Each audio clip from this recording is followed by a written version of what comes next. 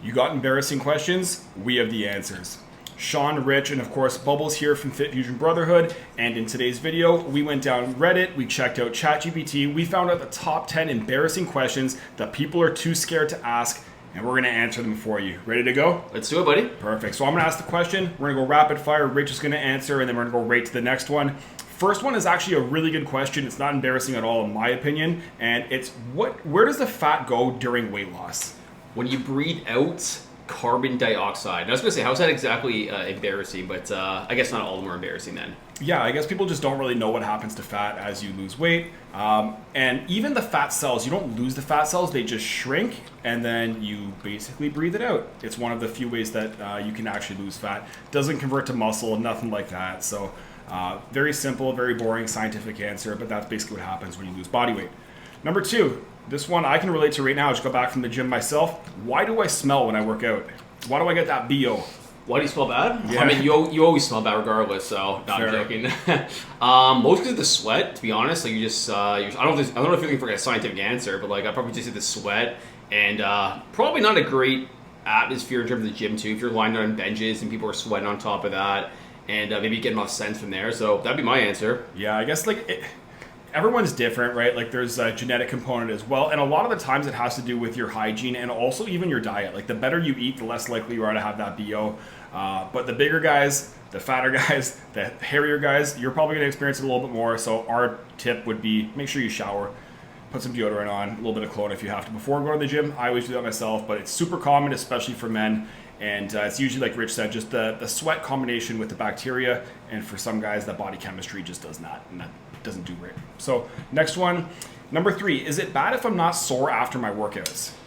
No, it's not bad at all. It's not bad at all. So I know a lot of people confuse soreness with having a good workout. In reality, guys, soreness does not make a good workout. I can tell you right now, do 500 burpees and you're going to be sore as hell for the next 7 days. Does that make it a good workout? No.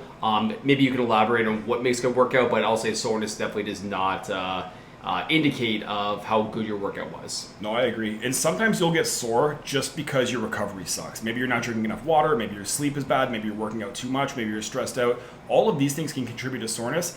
I will say on the flip side, I'm sure Rich will agree, if you're never sore, that probably means you're not pushing yourself quite as much. Yeah. But soreness is neither good nor bad. So if you're sore all the time or sore none of the time, I wouldn't look too much into it as long as you're pushing yourself during the workout.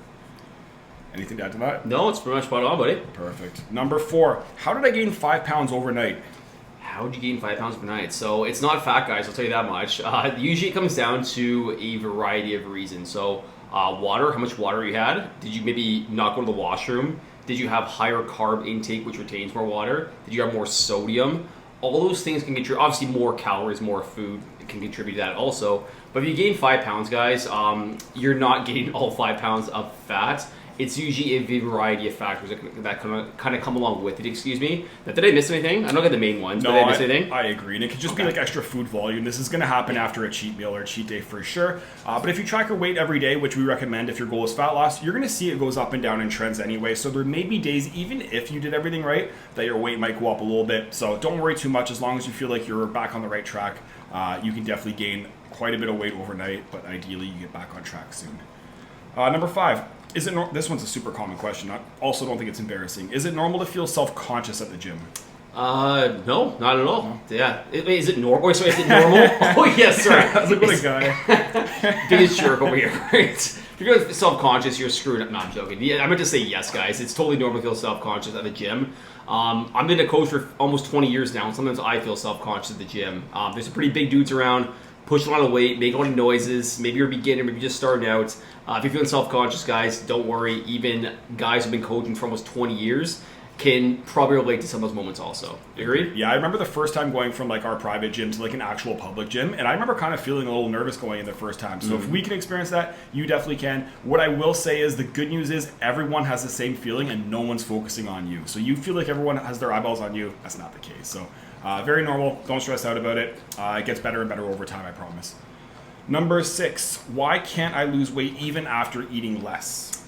So sometimes the metabolism will adapt. Your body will adapt a little bit. So if you're having like 1,200 calories a lot, your body kind of responds by saying, this guy's going to town right here. Helps relax. The body kind of responds by saying, okay, we're eating less, we're having 1,200 calories. So subconsciously, it's going to tell your body to move less. So even though you are, let's say, taking 1,200 calories, your body's like, okay, what the hell is going on? And maybe you heard that term, I guess you guys say fight or flight mode, in a sense. Or starvation mode, excuse me, where basically your calories are low, so your body's like, okay, we're going to compensate by moving less, so naturally your calorie out portion goes down, even though your calorie intake is low also. Anything to add to that? For sure, yeah. Rich is giving the right answer if you're doing everything right. The answer that's probably the most correct, and we don't like necessarily saying it, is you're probably not eating as few calories as you think. You're probably eating more. Trick question. Not necessarily, well, I didn't ask the question, but it's one of the questions that people have. So yeah, to Rich's point, the more you lose weight, even if you're losing even if you're not losing weight and you're dropping your food down, your metabolism slows down, which can cause you to kind of plateau, exactly like he said. But for most people, the problem is you're not necessarily eating as less or as little as you think. Would you agree with that? Yes, sir. Yeah. Well said.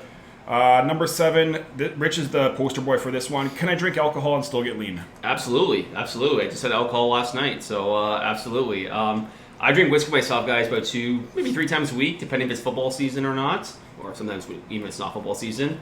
As long as you have it and your calories are kept in check, you have absolutely nothing to worry about when it comes to drinking alcohol and losing fat. So if it's part of your game plan, guys, go for it. But just make sure you're not over-consuming alcohol. That's going to drop your calorie intake. That's where the problem goes. Yeah, I agree. It's not something we'd recommend, saying that you should definitely do this for fat loss. But in moderation, you can. In excess, you're not going to find anyone who's in really good shape that drinks a lot. So everything in moderation. Number 8, do vegetables matter if I hit my calories? Yeah. Okay, from a weight loss perspective? Or just let's just say in general. Let's say in general. Yeah, in general. Yes, I'm going to say yes, it does. Because I think, let's say if you have 2,000 calories a day and none of them are coming from vegetables, you're going to feel like crap. You're going to feel tired. You're not going to feel full. And I just think it's a very unsustainable approach. So that's why I do think vegetables do matter, because it kind of has that fiber component. It's going to fill you up. Obviously, it's good for the muscles recovery. So short-term play, if you're talking a week or two, probably not. Long-term play, absolutely. Yeah, I think it matters 100%. Yeah. So definitely more team vegetable than this guy over here, but it matters for sure. This one's a little tricky. Is it fat or loose skin? Say it again, sorry? Fat or loose skin? So when someone's kind of pinching, is it fat or loose skin? Good question. Yeah. Probably a little bit of both, but if I had to say one, I'd probably go more loose skin, but that's a good question. I'm going to go loose skin. I could be completely wrong. Is there a right answer to it, or is it more of an opinion? I think it's an opinion. For me, the way I would distinguish this, I guess, is if you've lost a bunch of weight, the percentage of fat versus loose skin is going to skew, meaning you're going to have more loose skin. But if you haven't really lost a bunch of weight, chances are it's probably 99% fat. But as you lose weight, you're going to get loose skin. So if you've gone through a huge body transformation, you're going to have a ton of loose skin. And unfortunately, there's not much you can do about that, especially if you feel relatively lean everywhere else except for a few areas, maybe the tricep and the belly. That might be loose skin, but it really depends on where you are in your journey. Would you kind of agree with that? Yeah, I'd agree with that 100%. Yeah. That's spot on. And then last one, this is perfect for Rich. Why do I always fart during workouts? No comment on that. No, protein, right? Yeah. Is that probably right? Yeah, protein's probably the most common one. But just in general, any exercise is going to stimulate the digestive system. Some people are more prone to gas. If you're already more prone to gas, exercise is going to make it 1,000 times worse. If you're not, you're probably not going to notice a difference at all. But when we had the gym, we can confirm there were some people that would just let her rip all the time. Including this guy. This guy over here, exercise or not. Yeah. But yeah, it's more common. People that exercise are going to let some rip a little bit more than others. And yeah, it's normal. Nothing to be stressed out about. So those are the 10 embarrassing questions that people are too scared to ask. Hopefully this helped make you feel a little bit better about yourself if you have any of these. If you do enjoy videos like this, do us a huge favor, like, comment, and subscribe. We'll see you in the next one. Say bye, bubs.